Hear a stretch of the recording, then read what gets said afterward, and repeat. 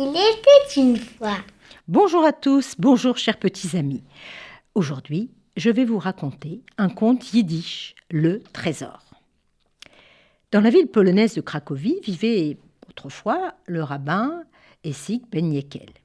Il était pieux, il était bon, c'était un bon rabbin.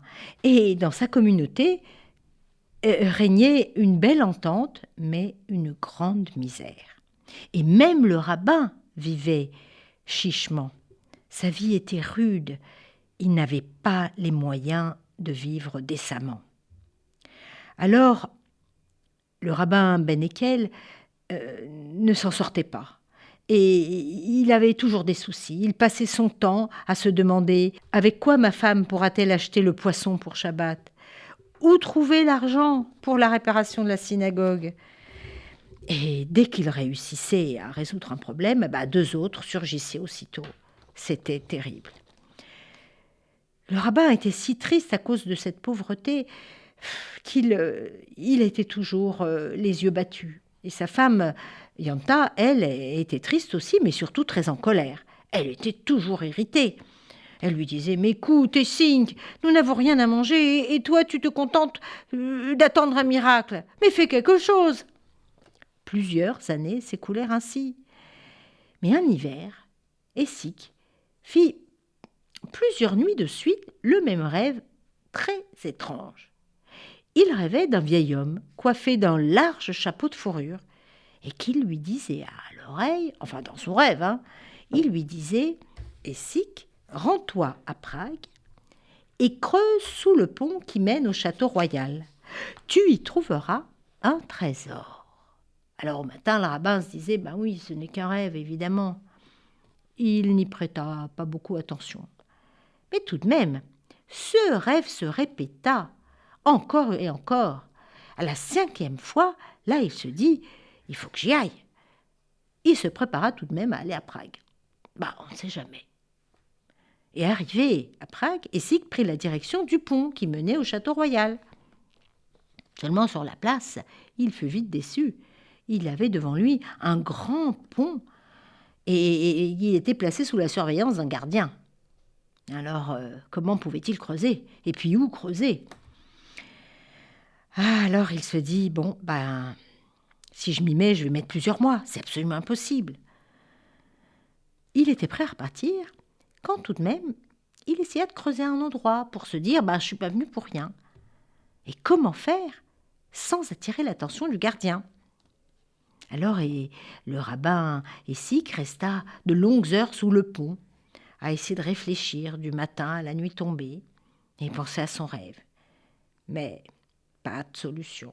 Il ne trouva pas de solution. Eh bien voilà, tout ceci m'arrive parce que j'ai cru à mon songe. Et même, je suis très en colère parce que j'ai cédé à je ne sais quel miracle de trésor. Me voilà à Prague tout seul dans le froid. Je ne suis pas un prophète. Alors, des visions, c'est n'importe quoi, il faut que je rentre. Il était fâché contre lui. Et il se préparait à retourner à Cracovie lorsque le gardien l'appela. « Dis donc, tu es un rabbin, toi ?»« Oui, je suis le rabbi Essig. Je t'observe là depuis plusieurs jours déjà. Je serais curieux de savoir pourquoi tu traînes toujours sous ce pont. » Alors le rabbin était très embêté. Il aurait préféré ne pas parler de son rêve, mais il n'avait pas le choix. Comment lui dire quoi? Alors il révéla donc son secret à cet homme. Et là, stupéfaction. Celui-ci se mit à rire à gorge déployée. « Mais comment as-tu pu te laisser prendre à ces sornettes? Mais n'importe quoi, tu as fait le voyage? Non mais franchement. D'ailleurs, moi-même, si j'obéissais à mes rêves absurdes, il y a longtemps que je serais allée à Cracovie. » « À Cracovie? Mais qu'as-tu rêvé ?» demanda le rabbin. Complètement subjugué, il était piqué par la curiosité. « Figure-toi que moi, j'ai rêvé plusieurs fois que je devais me rendre chez un pauvre juif nommé Yankel et que je devais creuser sous sa cheminée. Et même, il devait y avoir un trésor immense caché dessous. » Alors Essink resta subjugué. Il ajouta: « Ah ben oui, tu entends, hein, pareille sottise. Hein, mais et comment pourrais-tu trouver ce rabbin Eckel, hein? Il faudrait que tu le cherches dans tout Cracovie. Mais oui, évidemment, c'est du grand n'importe quoi.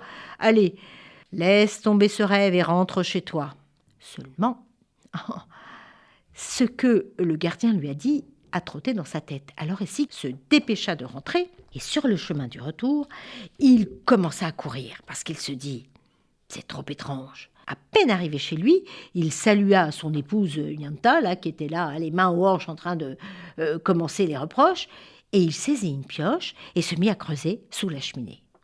Yanta dit: « Arrête, arrête, mon rabbi, arrête, mon mari. » Et tout de même, elle le regardait faire parce que lui continuait. Tout à coup, son étonnement se changea en joie, voyant que la pioche a heurté quelque chose en fer. Ah oui, c'est bizarre.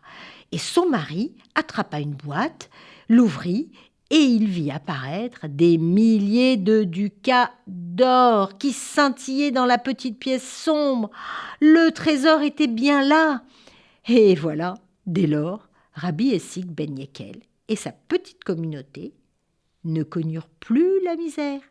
Et il passa la fin de sa vie à louer jour après jour le nom saint, répétant inlassablement ces mots: « Toi seul sais où se trouve le meilleur de l'homme. Chacun peut courir le monde entier pour le chercher, alors qu'il se trouve tout près de lui. Merci mon Dieu. » Au revoir à tous.